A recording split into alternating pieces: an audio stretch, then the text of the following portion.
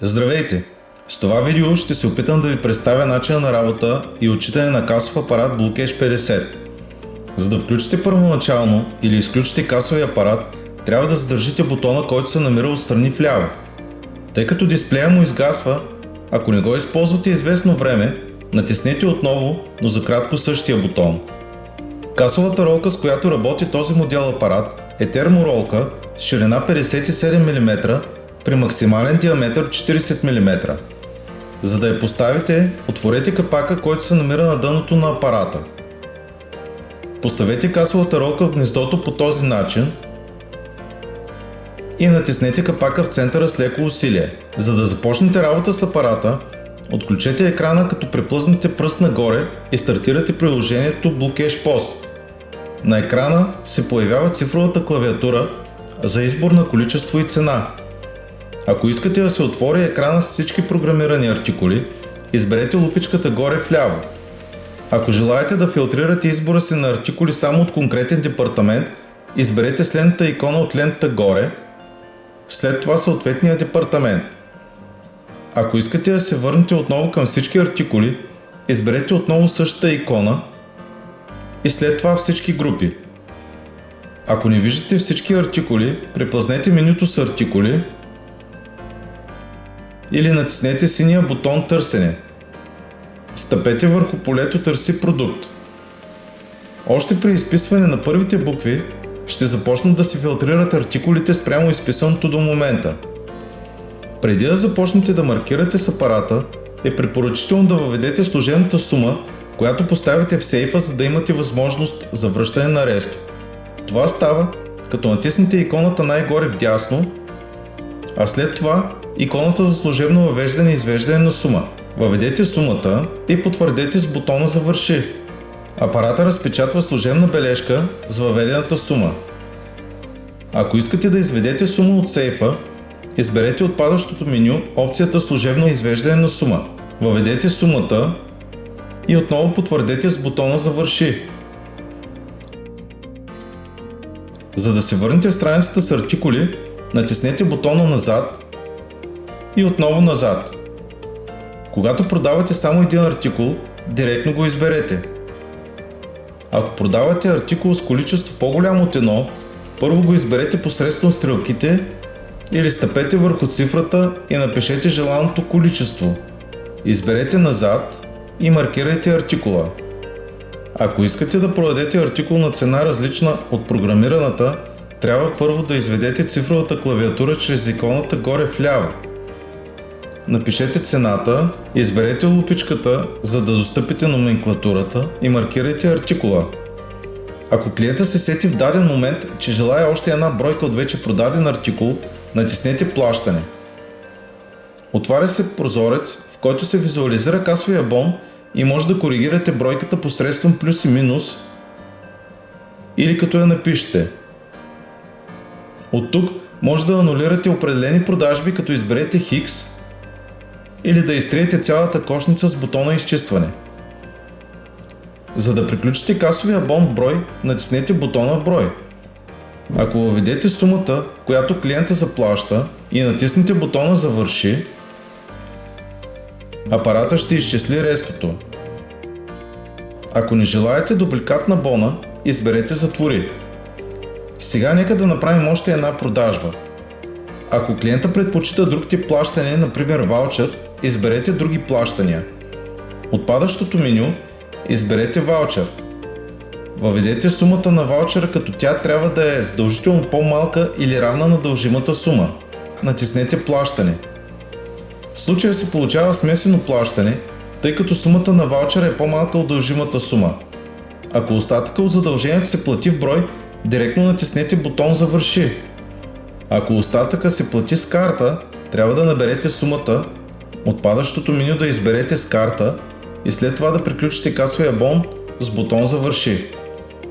Сега ще направим още една продажба, но с цена различна от програмираната.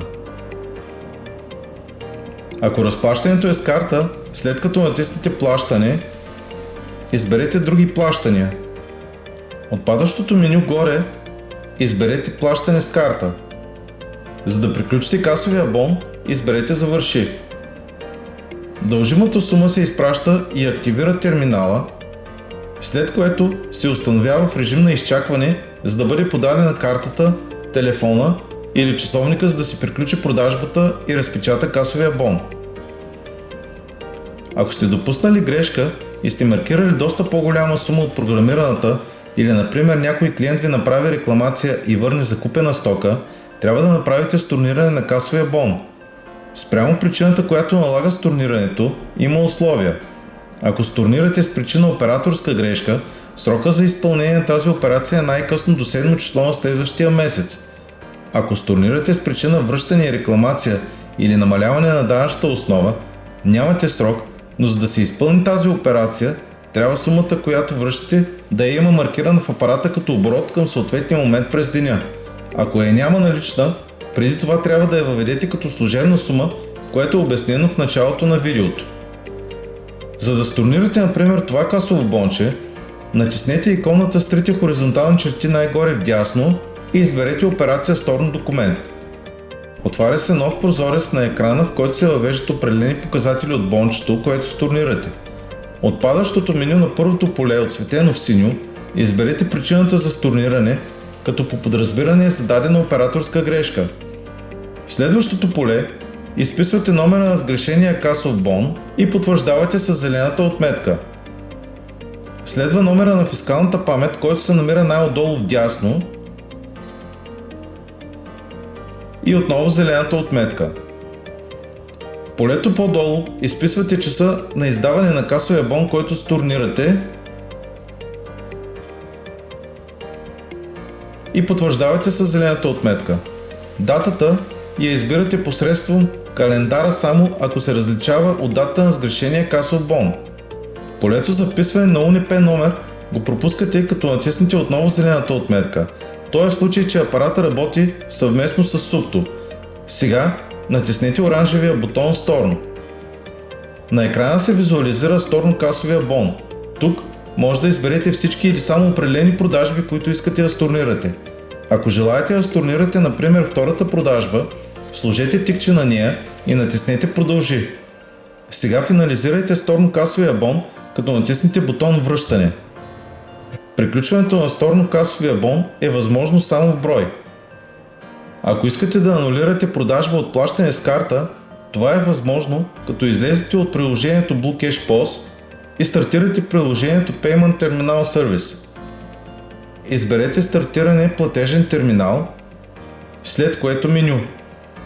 Отваря се прозорец, от който избирате анулиране, въвеждате парола 4.0 и потвърждавате с зелената отметка. Отваря се нов прозорец, където избирате анулиране на покупката. Тук въведете сумата за връщане по сметката на клиента, AC код на оторизация и RRN номер. След приключване на процеса по анулиране на покупката, касовия апарат ще отпечата бележка, а сумата ще бъде възстановена по сметката на клиента. За отчитане на касовия апарат трябва да отворите отново приложението Blue Cash POS. Изберете иконата най-горе вдясно, след което изберете Отчети. Тук имате възможност да направите Хикс отчет, избора на който води до отваряне на подпрозорец с покана за отмяна или потвърждение. За да разпечатате справочен отчет за оборота до момента, натиснете Да. За да направите Z отчет, т.е. отчет с нулиране на оборота и запис в фискалната памет, изпълнете същите стъпки, но стартирайте иконата Z отчет.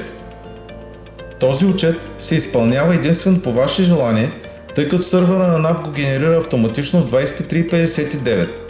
От тук може да изпълните всички останали отчети, необходими за вашето счетоводство, като месечни, годишни и периодични по групи, департаменти, артикули и типове плащания. Желая ви успешна работа с Blue Cash 50!